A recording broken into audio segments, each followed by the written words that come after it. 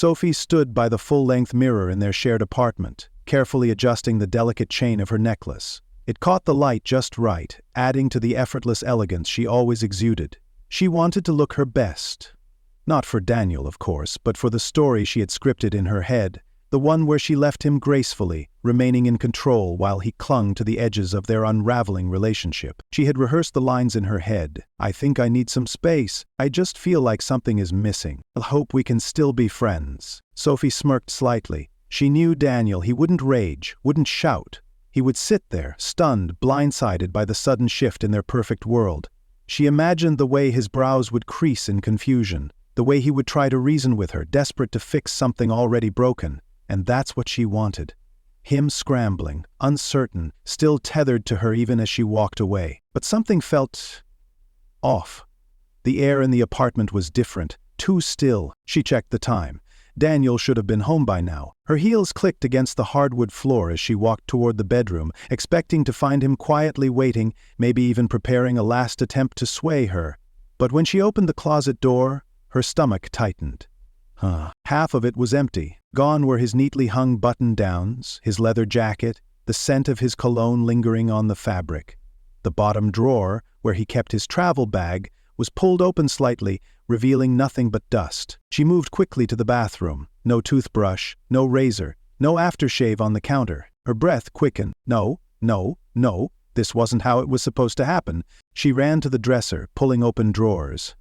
The bedside table bare. Her phone buzzed, a message from a mutual friend. "Hey, just heard about you and Daniel. Crazy how he left so suddenly. You doing okay?" Sophie's fingers tightened around her phone. Left. She dialed his number. It went straight to voicemail. She texted, "Daniel, we need to talk." No response. Her reflection in the mirror no longer looked composed. Her makeup was perfect, her outfit impeccable, but her expression was cracking. This wasn't the story she had written. Daniel was supposed to be the one left grasping, the one left behind. But instead he had walked away first. And for the first time in years, Sophie felt something unfamiliar. Panicked. Sophie stood frozen in the middle of the bedroom, her breath uneven as the reality of Daniel's absence began to settle over her. The apartment, once filled with the subtle evidence of his presence, his books stacked on the nightstand, his watch resting by the sink, the faint hum of his late-night typing, was now hollow. The silence pressed against her ears, heavier than she had ever imagined. This wasn't how tonight was supposed to go. She gripped the edge of the dresser, steadying herself as she scrolled through her contacts and dialed his number again, straight to voicemail. A cold, automated voice greeted her instead of the familiar warmth of his tone. "Hey, it's Daniel, leave a message." She hung up without speaking. She paced the bedroom, her mind racing through every possible explanation. Had he somehow found out about her plan? Had one of their friends, her friends, warned him? That didn't seem possible. She had been careful, deliberate, maintaining just enough affection in her voice, just enough routine in their daily lives. He wasn't supposed to suspect anything, and yet he had known enough to leave before she could. Her hands clenched into fists. She stormed into the living room, her eyes darting around for any sign, any note, any trace that he had been here earlier. The couch was exactly as she had left it that morning, the coffee table untouched. Then her gaze fell to the bookshelf and her stomach twisted. A small space where his favorite novels used to be. Sophie's heart pounded harder as she moved toward it. She ran her fingers over the empty space, as if touching it would somehow bring them back. She had gifted him some of those books, ones she had pretended to pick out thoughtfully as if she had truly cared about his interests. She hadn't expected him to take them. She turned abruptly, making her way to the kitchen. The silverware drawer, the cabinet with his protein bars, half empty. Even the magnetized notepad on the fridge, where he would scribble down grocery items, gone. It was methodical, precise. He hadn't just left, he had erased himself. A sharp breath escaped her lips as she reached for her phone again, typing out another message. "Daniel, where are you? We need to talk." Still nothing. Her fingers trembled slightly as she scrolled through their past messages, searching for a clue she might have missed. But no. There was no farewell, no final words. Their last conversation had been normal. Routine. That was what terrified her the most. She collapsed onto the couch, gripping her phone like a lifeline. It wasn't rejection she feared, it was irrelevance. The idea that she had not only lost control of the situation, but that Daniel had walked away without a second thought. That maybe, just maybe, she had never mattered as much as she thought. Sophie stared at the empty spaces Daniel had left behind, her mind whirring like a broken clock. This wasn't just a breakup. It was an erasure, a calculated, deliberate disappearance. As if she had never been important enough to leave a trace for. Her stomach twisted. She needed to see someone, talk to someone who might have answers. Without hesitation, she grabbed her coat and headed out, barely noticing the cold night air biting against her skin. The city lights blurred as she scrolled through her phone, hovering over the names of mutual friends, unsure who to call first. Lauren. She was close enough to Daniel. Maybe she knew something. She pressed the call button. It rang once. Twice. Then, a hesitant, "Hey Sophie." Sophie forced her voice to stay even. "Lauren, have you talked to Daniel?" A pause. Yeah. Why?" Something in Lauren's voice made Sophie's stomach sink further. "He's gone," she said, trying to keep the desperation out of her tone. "He packed up and left, changed his number. He didn't even tell me." Lauren let out a breath. "Sophie? I thought you knew." "Knew what?" Sophie stopped walking, gripping her phone tighter. "What are you talking about?" Another pause. Longer this time. "He told me a week ago that he was leaving, that he was done." A week ago. Sophie felt the blood drain from her face. He had planned this. Days before she even had a chance to stage her dramatic exit, he had already been moving on. Her voice turned sharp. "And no one thought to tell me?" "Sophie, Lauren hesitated, then sighed. "Daniel didn't want a confrontation, he just wanted to be done. He said it wasn't worth the fight." Not worth the fight. Sophie's nails dug into her palm. She had imagined herself in control, the one making the final decision, the one with the power to shape the narrative. But Daniel had stolen that from her, walked away as if she were an afterthought. She swallowed hard. "Did he say anything else?" Lauren hesitated again. Then, with quiet finality, "Just that he was tired." Tired. Sophie opened her mouth, but no words came out. Daniel had never been one for confrontation, and in hindsight maybe she had mistaken that for weakness. She had assumed he would beg, that he would linger in the limbo she had designed for him. Instead, he had done the one thing she never expected. He had let her go before she even realized she wanted him to stay. Lauren's voice was softer now. "Sophie, are you okay?" Sophie exhaled, but it wasn't relief. It was something raw, something unfamiliar. She had wanted to be chased, to be missed. Instead, she had been left behind, and for the first time she had no idea what to do next. Sophie sat at the edge of her bed, the phone still clutched in her hand long after Lauren had hung up. The apartment felt heavier now, as if Daniel's absence had taken all the air with him. She had expected heartbreak, maybe even guilt, but instead, she felt something colder. Irrelevance. She had built the perfect script. She would leave, and Daniel would struggle to accept it. He would call, plead, linger at the edges of her life, unable to move on without her. But instead he had slipped away without a word, severing every tie with the precision of someone who had been planning this for months. Had he known all along? Her mind retraced every conversation, every moment she thought she had been in control.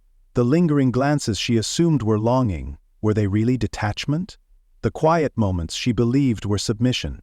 Had they been his way of letting go? Sophie's throat tightened. She stood abruptly and walked to the bathroom, flipping on the light. The harsh glow illuminated the reflection she had spent years perfecting. Her hair, sleek and styled. Her makeup, subtle but striking. She had always been the one who dictated the terms of her relationships, the one who set the pace. Yet now, staring at her own face, she saw something unfamiliar, a woman left behind. Her phone buzzed, snapping her out of her thoughts. For a second her heart leapt. Daniel? But no, it was Megan, another mutual friend. Sophie hesitated, then answered. "Hello?" Megan didn't waste time. "You're looking for him, aren't you?" Sophie stiffened. "What? I know you, Sophie. You can't stand not being in control." Megan's tone was sharp, almost amused. "But Daniel? He's done. He left, and he's not coming back." Sophie bristled. "You act like I did something wrong." Megan scoffed. "You did. You underestimated him. You thought he was just going to sit there and wait for you to decide when he was allowed to move on." Sophie opened her mouth, but Megan kept going. "It was tired, Sophie. We all saw it. He stopped laughing as much. He stopped trying. And you..." Megan sighed. "You never noticed, did you?" Sophie's stomach twisted. "You always had the power," Megan continued. "You made sure of that. And Daniel? He let you, for a long time. but people get tired of being someone's second choice. Sophie's fingers tightened around the phone. Don't, Megan interrupted. It's over. And this time, you don't get to decide how it ends. The line went dead. Sophie lowered the phone slowly, staring at the screen. She had wanted Daniel to chase her, to grieve. Instead, he had done something far worse. He had walked away without looking back. The silence in the apartment felt different now, dense, suffocating. Sophie sat curled up on the couch, her phone resting beside her, the screen dark. She hadn't moved in what felt like hours. The city outside continued as if nothing had changed, but inside these walls, everything was wrong. She had always been the one in control, always the one to dictate the terms of her relationships. She decided when things began and she decided when they ended, but this wasn't an ending. Not one she recognized. This was erasure. Daniel had left without a word, without an argument, without giving her the satisfaction of watching him break. And now, no matter how many times she reached for her phone, there was no one on the other end. Her messages remained unread, her calls unanswered. No pleading, no explanations, no second chances, just nothing. Her own reflection caught her eye in the darkened TV screen across the room. She looked composed, still beautiful, still the woman who had once been able to pull people into her orbit with nothing more than a glance. But something was missing. Power. For the first time in as long as she could remember, she had no control over how someone felt about her. Daniel was gone. And not just physically. He had decided to be done with her. The realization slashed through her, sharp and cold. A deep sense of unease settled into her bones. She had been prepared for heartbreak, for tears, for the sweet familiar drama of an ex who still wanted her. She had rehearsed her lines, imagined herself as the one walking away, while Daniel stood there, lost and aching. But that wasn't the story anymore, because Daniel wasn't aching, she was. She stood suddenly, pacing the apartment, her breath coming fast. Her mind grasped for an explanation, anything that made this make sense. Maybe he had found out about her plan. Maybe one of their friends had warned him. Maybe this was his way of punishing her, of making her feel what he thought she had put him through. She grabbed her phone again, scrolling through her messages, her calls. Still nothing. She bit her lip hard enough to sting. Was this how all those men had felt when she had left them behind? Was this the void she had created in other people's lives? No, it wasn't the same. She had always made sure they knew she was leaving. Even when she was cruel, there was closure. Her version of it, at least. But Daniel hadn't even given her that. A sudden, unbearable restlessness overtook her. She grabbed her coat and stepped out into the night, her heels clicking against the pavement as she walked with no real destination. She needed to see someone, talk to someone who had seen Daniel, someone who could tell her how he looked when he left. If there was hesitation in his voice, if there was even a flicker of regret in his eyes, she needed proof that she had mattered. The thought made her stop in her tracks. Mattered. The word echoed in her head, hollow and unfamiliar. She had spent so much time assuming she was irreplaceable, believing that her presence in someone's life was something permanent, something unforgettable. But Daniel had forgotten her. He had left no breadcrumbs, no doors left open. She felt a sharp, unexpected sting behind her eyes and blinked rapidly, shaking it off. No, this wasn't how it ended. She wouldn't let him win. With a new surge of determination, she pulled up her contacts and dialed. A familiar voice answered on the second ring. "Sophie?" She took a slow, steady breath. "Lauren." "Tell me where he is." A pause, then a quiet, "Sophie? Don't do this." Anger flared in her chest. "He doesn't get to just disappear like this." Lauren sighed. "That's exactly the point, isn't it? He can disappear, and he did." Sophie's grip tightened around the phone. "You don't understand." "I do," Lauren said, her voice softer now. "I think you're just realizing for the first time that you weren't as important to him as you thought." The words landed like a punch to the gut. Sophie opened her mouth, then closed it. She had nothing to say to that. Lauren exhaled. "Let it go, Sophie. He already has." The call ended. Sophie stood there on the empty sidewalk, the weight of it all pressing down on her, the truth clawing at her ribs. Daniel was gone, and for the first time in her life, there was no one chasing after her.